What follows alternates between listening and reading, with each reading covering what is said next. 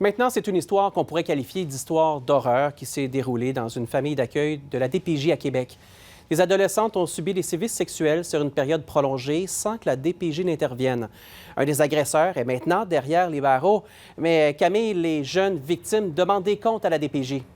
Oui, c'est une histoire qui a d'abord été rapportée ce matin par la presse, Louis-Simon. Donc, il y a une première victime qui a dénoncé des agressions en 2004. Elle en a parlé à plusieurs adultes, dont des intervenants de la DPJ, mais elle n'a pas été crue à l'époque. Il a fallu attendre 2021 pour qu'une autre victime sorte de l'ombre, pour qu'il se passe quelque chose. Et durant cette période de temps, donc 16 ou 17 ans à peu près, bien, il y a des dizaines d'enfants qui sont passés par cette famille d'accueil de Val-Bélair.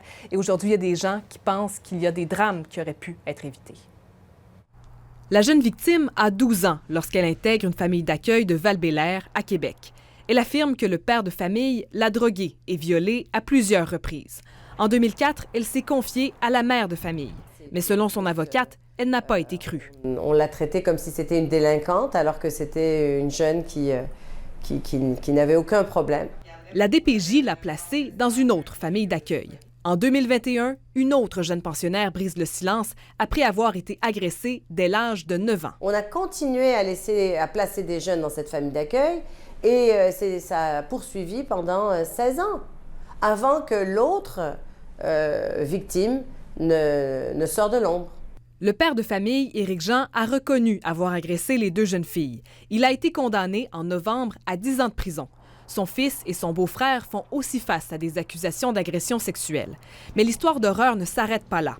Une enquête du quotidien La Presse révèle qu'il pourrait y avoir d'autres victimes et d'autres agresseurs. Des sources citées par le quotidien rapportent qu'une culture du viol s'est développée au sein de la famille d'accueil. Le CIUS de la capitale nationale affirme que la Direction de la protection de la jeunesse n'a été alertée qu'en 2021 par le biais d'un signalement et qu'une enquête a été ouverte.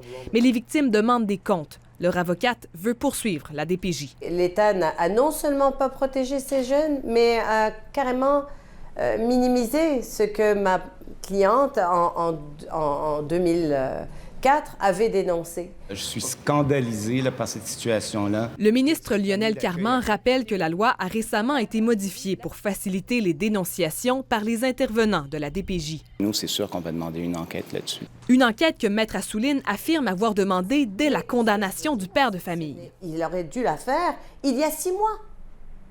Pourquoi il agit maintenant, alors qu'il n'a pas agi il y a 6 mois lorsqu'il a été mis au courant de la situation? Maître Assouline n'exclut pas d'entreprendre un recours collectif contre la DPJ.